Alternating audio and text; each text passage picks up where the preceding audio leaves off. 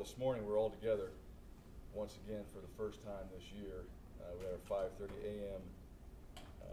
Workouts, and it was fun. I can tell in my voice when I have a good day. It gets a little raspy here to start with. I'm not exactly sure how to get through that. It happens every year, but the guys are working really hard in the weight room, doing a great job. We have a few guys that are a little bit banged up still from the season. We'll see where they're at, when spring ball comes around. You'll know more then. I'll know more then as well. But awesome just to get out there, just get going, watch these guys run around, do some agilities. We are further along now than we were last year, and we should be. These guys know what to anticipate, from the strength staff. Although Coach Pittman's doing a great job of changing it up, doing different things, keeping it fun, and making it exciting for those guys.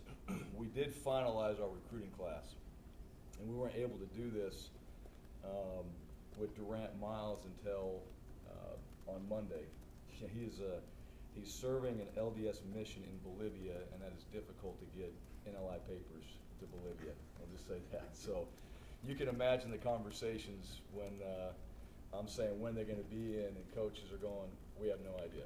We don't know if it's going by horse or how it's going to get there and all that. We really didn't. And we finally got it. They were able to get the paper signed.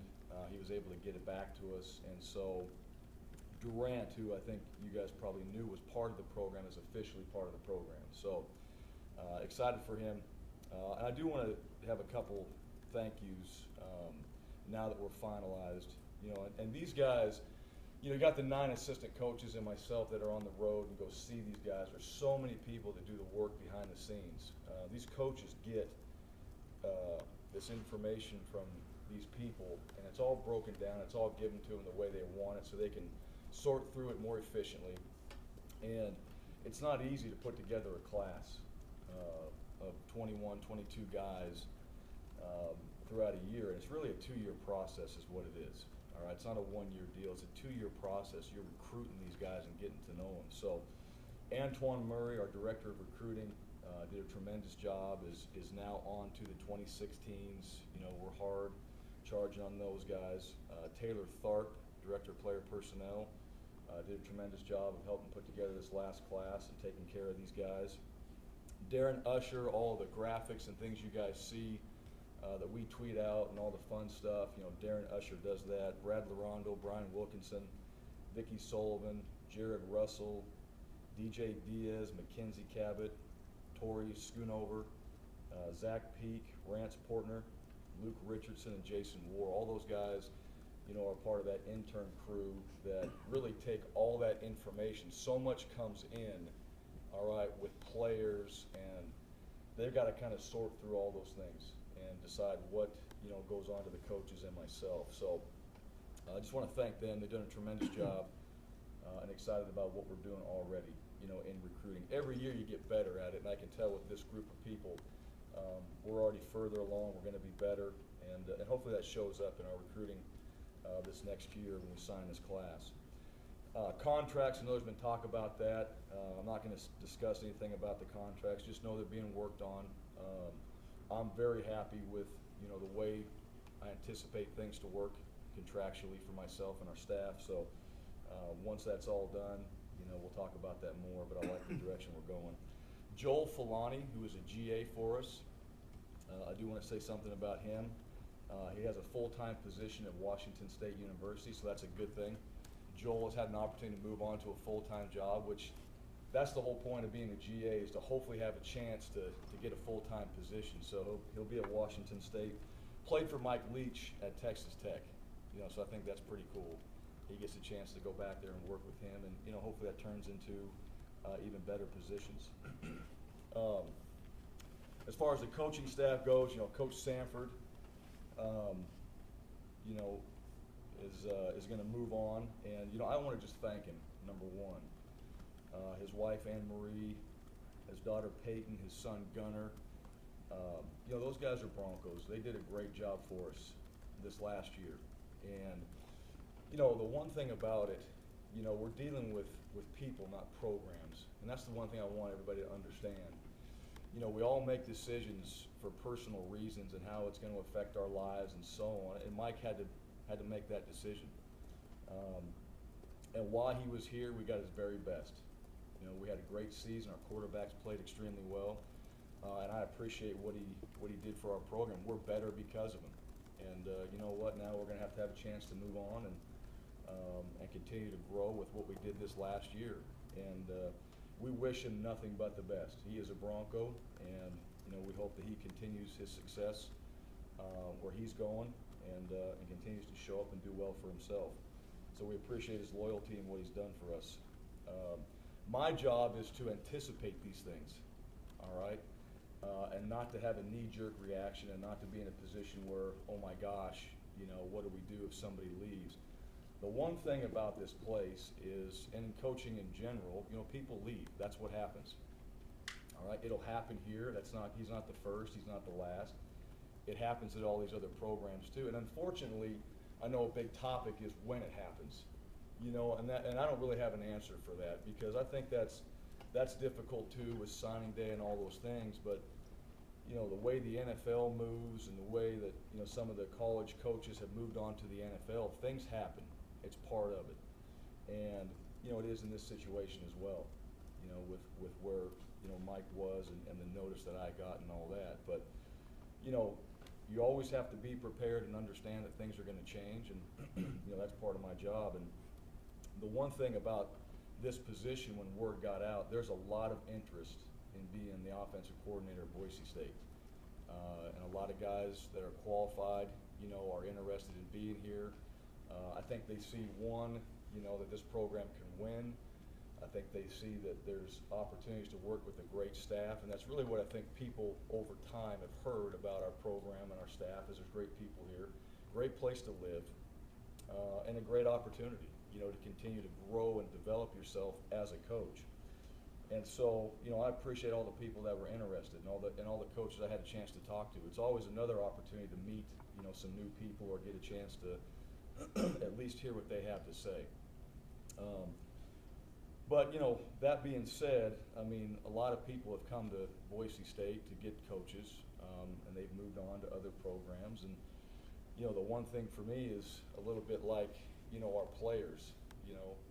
Jay Ajayi's not coming back.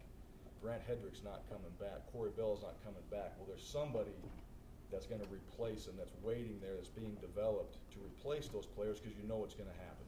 All right, just like our coaching staff. And so I kind of took a page out of everybody else's book and decided to look at Boise State to find my coaches. All right, it makes sense, and I feel very good about it, because these guys that are going to come up here and talk to you soon are guys that have been groomed to be in this position, have worked hard to be in this position, and one that I feel very confident about, understand the culture and the players and what we want to accomplish, and will help us continue to get further faster. And so what we've done, we moved some things around on the offensive side. Our offensive coordinator and quarterback coach will be Eli Drinkwitz. And Eli was our co-offensive coordinator at Arkansas State, called the plays. And the one thing I'll say about Eli, one, he did a very good job for us at Arkansas State. We won our conference and we won the bowl game. And probably the most impressive thing to me was I had nothing to do with that bowl game when I took the job here. And so like everybody else, I sat there and I watched that game, and I was impressed. I was impressed with the offense. The starting quarterback got injured, the backup quarterback came in, and all of a sudden, Arkansas State was winning the bowl game, and that's how it ended. And I was impressed with the way the game plan was put together. And so being a part of it and then not being a part of it and watching, what he was able to accomplish, that was exciting. And so, this is a new challenge for him and a new opportunity. And I'm excited for him. I know he's going to do a great job, and we're already up and running. Staff meetings are going, and so we've got 21 days until football starts, and these guys are rocking and rolling, and it's been exciting. Moving Eli out of the tight end room, that opens up that position. And Coach Riddle, who's coached tight ends, is going to move into the tight end role. He's done that. He coached running backs here, but for most of his career since he's been gone, Coach Riddle has coached the tight ends. He did that at Arkansas State. And as we all know, that position in our offense is extremely important with the variety of the way we use them and how those guys operate and what we ask them to do on a week-to-week basis. So we really need somebody that understands our system in that position, because that's extremely important, because we want to continue to be multiple and want to continue to utilize that position to our advantage. So now that opens up the running back position, all right? And you know, when I took the Arkansas State job, I talked to a guy that I knew from South Dakota State who was coaching running backs, and decided to convince him to come over and be a part of our strength program, knowing that if an opportunity to coach came up again, that's what he wants to do. And you know, Lee Marks has been with us for the last couple years in the strength program, but has also been around our guys. He's been in meetings. He understands where we are. He knows what we're doing offensively, and really he's played in this system as a running back as well. But he provides, you know, some things that I saw, not just from a strength program or a player relationship, but in recruiting as well. You know, how awesome he was with people on campus and families and parents and recruits. And so I'm very excited, you know, for Lee Marks to have the opportunity to be the running back coach here. And, you know, I know our players are excited about that as well. And so that's where the staff is now. Junior Adams is still coaching the wide receivers. Coach Huff is still coaching the O-line, and the defensive staff has remained intact with their duties at this point. With that all, with the change in the weight room now, you know, we got to lean on Coach Pittman a little bit more and Brandon Pringle. You know, we're one man down in that area, and we'll work to fill that position. But we are down one man, so those two guys have to pick it up, and our players understand that. So we're asking more of our players in the weight room to be able to handle their business and take care of each other. But I really appreciate, you know, what Coach Pittman, you know, has to go with at this point, and Pringle, and those guys are going to do a great job until we're able to fill that position. So the nice thing about this staff and what I appreciate and what I think is important is, you know, we talk about culture here so much and developing that culture. Well, I think the people that are in this building, when we're talking about that, truly understand it. And that's what was important to me. As I thought about a couple things. One, I didn't want to have a split coordinator position. I didn't want to have a position that was a coordinator and not in the quarterback room. That's too difficult on myself. I'm in that room, and I want to be around those quarterbacks, and I also want to be around, you know, what we're doing offensively. And the key to me too is for a quarterback and playing the position, you need to know the information. That's what you need to know. All right, the technique and fundamentals, yeah, there's a part of that. But as a quarterback at this level, you need to know, all right, what am I looking at? What are you expecting from me? And what do I have to accomplish? And what are some of the pitfalls I need to look for or not do? And I think Coach Drinkwitz, without a shadow of a doubt, understands all those things from our run game and pass game.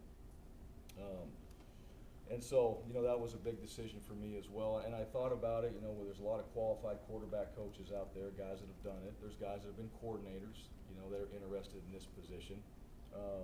But that's not what's going to be best for this program and for where we're trying to go. We're developing this offense. We're growing this offense. I thought we had a pretty good year last year, but there's still, if you look at the film, the way we look at it, there's so many opportunities, let me say that. There's so many opportunities for us to improve, and we need to. We obviously got to fill that quarterback position and that running back position. Those are two big ones, and what a great opportunity with two new coaches to go in there. And we got coaches that are going to be in those positions. We got new players that are going to be playing those positions, so what a great opportunity for them to go in there and prove themselves. So, you know, I'm excited about where we are, looking forward to getting started in March when spring ball begins here and letting these guys cut loose. But I like where we are right now and the job they're doing and the direction we're headed. The staff is excited, you know, for the new additions. The players are excited for the new additions, and I think everybody's ready to get back to work. So